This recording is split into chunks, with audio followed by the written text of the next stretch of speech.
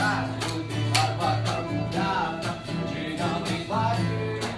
you want to describe your country to people who do not know anything about Bolivia, what would you say? Muy diverso. Es muy diverso. That's porque true. tenemos tanto la parte occidental, oriental y del Chaco. Entonces tenemos como varias culturas metidas en un solo país. Porque, por ejemplo, la cultura oriental no es la misma, por ejemplo, aquí en Santa Cruz, no es la misma que en La Paz, por ejemplo, ni que en la parte de Tarija. La parte del sur es mucho más parecida a lo que está colindando, a lo que está en límite, que es Argentina. La parte del Beni Pando es más amazónico. She's saying that one of the good things about Bolivia is that we're really diverse, like completely diverse. So if you go like to the east, west, or south, we have different. The way we talk is different. The way we like, even in some cases, a little bit the way we look a little bit, and also the way people are, what they eat. And following that, I can tell you, for example, like a person from Santa Cruz is totally different than a person from La Paz.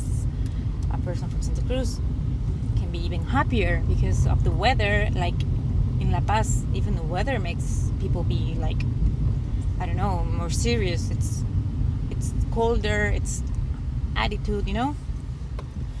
But here everything's warmer, so everything's like different. What you like about your country? Well, it's like I'm really critical with Bolivia, but when someone outside of Bolivia talks badly about Bolivia, I get mad. Because it's like when someone says something about your mom, you know, and like don't say anything. But I think that what's nice about Bolivia is that we have a lot of personality. Like you can tell like what's typical from each region. Like we have our own, how do you say, like our own signature, you know? Like I'm from Cochabamba and everyone knows how the girls from Cochabamba are, you know? Which maybe is too much of a stereotype, but at least it's because we are tougher than others, you know, and we have our own like typical meals, and we have our dances and folkloric music, and the same in Santa Cruz, the same in Sucre. Like we have a lot of folkloric like background, and we're not ashamed of it. So if you like, actually we're trying to keep it, not lose it. And for example, the fact that I think that we have all these cholitas with their dresses and stuff. The fact that they keep like their tradition, no matter what. I think it shows how deep, like how do you say? It's how deep is our culture within us, you know. Y por qué Bolivia no progresa es a causa de su gente.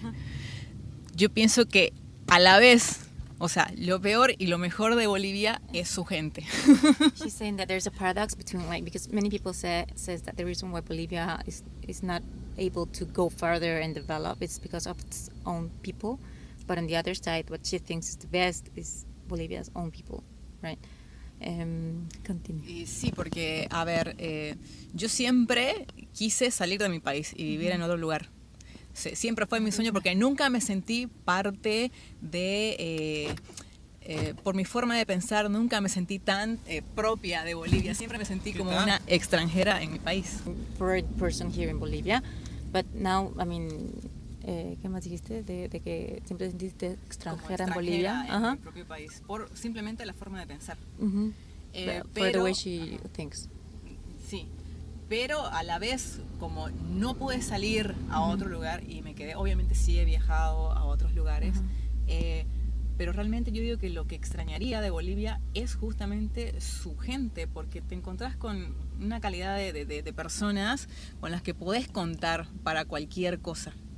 Y todavía ahí tenemos tiempo para dedicarle a las otras personas, como amigos, como tiempo de compartir, que en otros lugares no existe. That's right. She's saying that here, for example, like you can still have time to dedicate to your your beloved ones, like you still have that, and that you don't have in some other places. She didn't have the opportunity to move to abroad. She has traveled, but she didn't move to another country. And then she says that what she would miss the most is that. And she's right, because for example, I've always been really career-driven,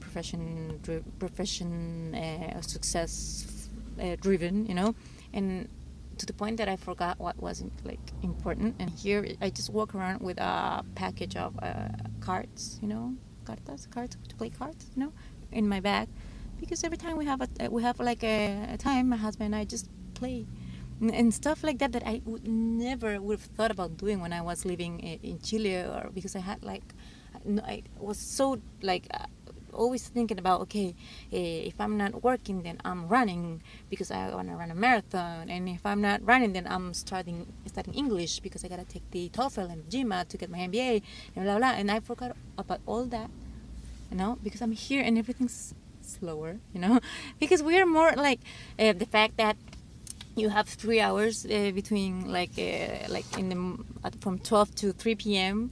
To go and have lunch with your family, for example, which most of the companies do. Not all of them, but most of them do. So you have this family time, and then you have the weekends with your family and stuff like that.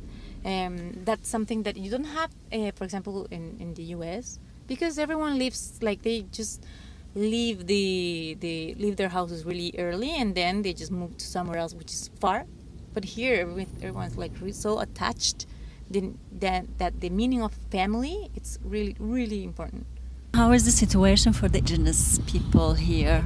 We were talking about all the people here. They are a mixture of indigenous and Spanish people. Yeah. Say it's good from this government is what they did with indigenous people is to give them back, or make them proud of being what they are, But on the other side, it's not just okay. You can be indigenous, but you can be educated. You can be, you can go to school. It's not. So they all go to schools. They are supposed to. The president said that we have no electricity, which is hard to believe. But if you go out, you can actually.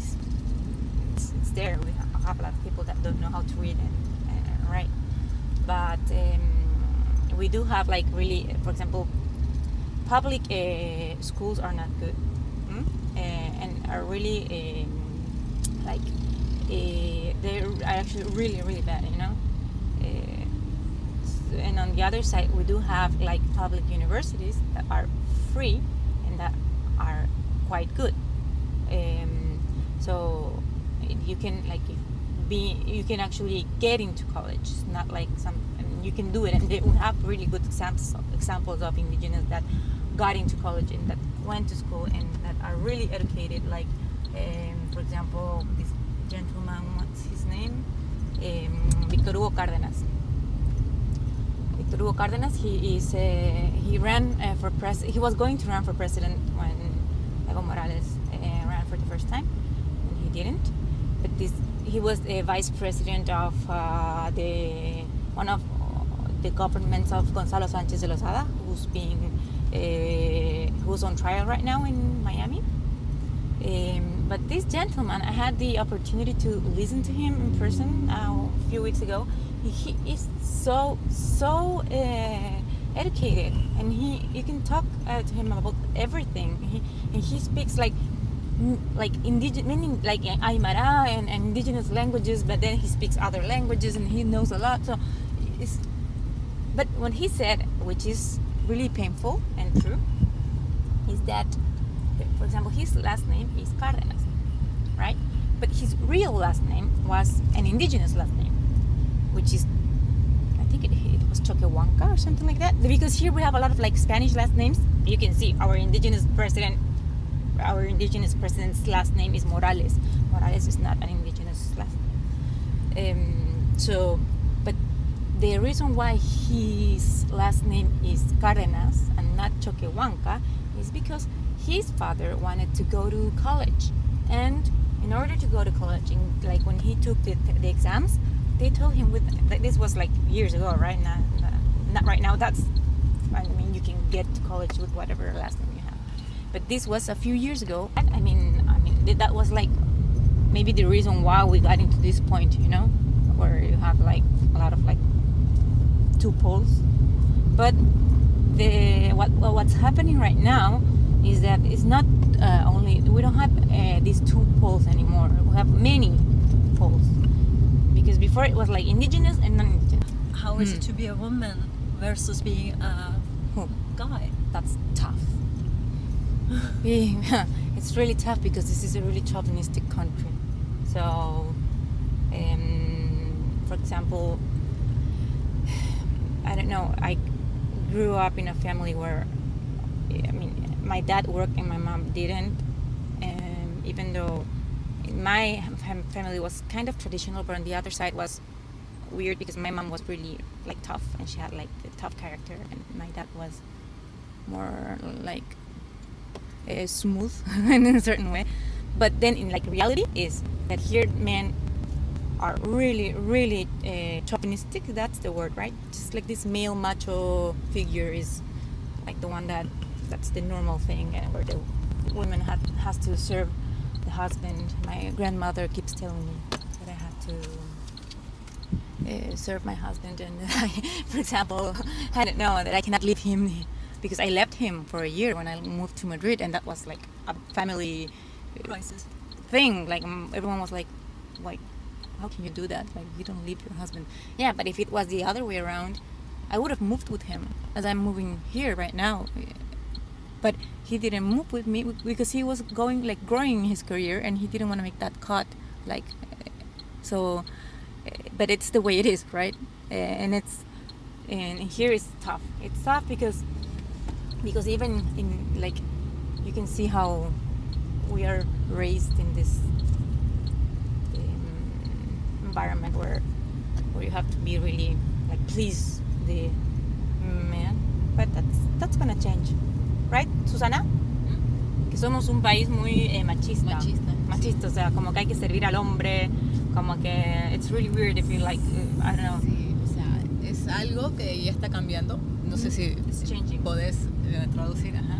Está cambiando, pero todavía falta un proceso muy largo porque, a ver, somos generalmente los países sudamericanos somos muy machistas, y eso empieza desde la casa, desde la educación del hogar. Por ejemplo, a mí, mi mamá, por ejemplo, decía que obviamente si sos mujer tenés que saber cocinar, porque cuando te cases tenés que cocinarle al marido y no sé qué. O sea, todavía había esa posición de que la mujer tenía que servir al hombre. Ahora, como todo está más globalizado y demás, sigue siendo machista, pero ya la cosa está empezando a cambiar. What she's saying is that like it used like before everything. I mean, if you are a woman, you have to know how to cook. You have to know like how to like handle your house and do your stuff, because that's your role, right? That's changing a little bit, but it's just the beginning. Like we're getting more like empowering women, but still we're far from other countries, and you can see that in not only in job opportunities, but like in the way we are raised, we're really, really chauvinistic. I don't know, like I would just have to think in example, but I mean, I've always had issues. Like everyone asks me why I already got married, they want kids, they just keep pushing me, and my grandma keeps telling me like you have to like always do whatever you need to do. Like they don't believe me that I don't know how to iron my husband's shirts, for example. And she got really mad when I told her I was never gonna iron them anymore because I got like burned with the and she got offended. I'm just getting here and trying to get a job. They still ask you these really weird questions that are not legal in the rest of the world, like, okay, you're married, do you have kids? Do you want to have kids? All that. It's like, and I have to say, no, I hate kids. I think I'm gonna divorce my husband. Like if I want to get a job, right? So even in that, you can see how far we are from the rest of the world.